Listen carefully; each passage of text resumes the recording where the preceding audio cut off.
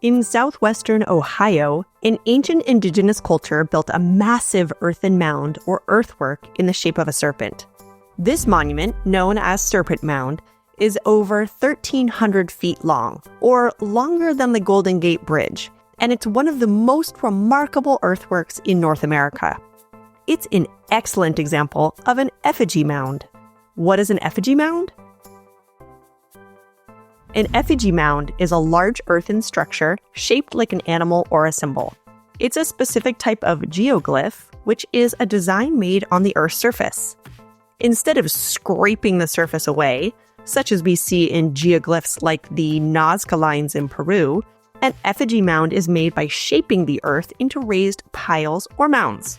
Effigy mounds are found worldwide. The most well-known examples are the mounds created by indigenous peoples across the Americas. Serpent Mound is the most famous example of this particular type of earthwork, though it's not the earliest example. Serpent Mound sits on a bluff above a creek. It winds across the landscape in a striking snake-like shape.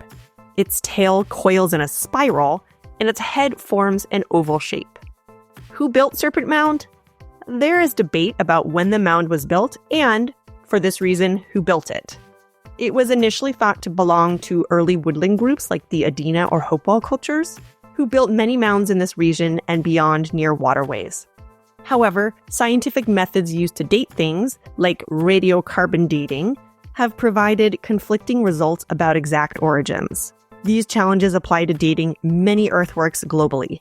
Serpent Mound seems to date to around 1070 CE, meaning it would be built in the Mississippian period, during which time people built impressive earthworks across the Ohio Valley too.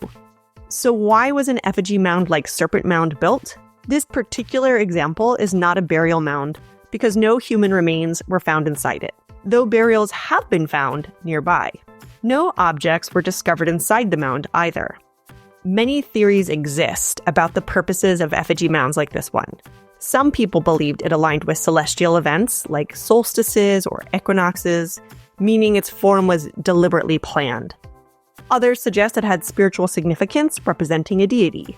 Yet another interpretation proposes it's an image of a comet, in part because there were two major astronomical events in the 11th century.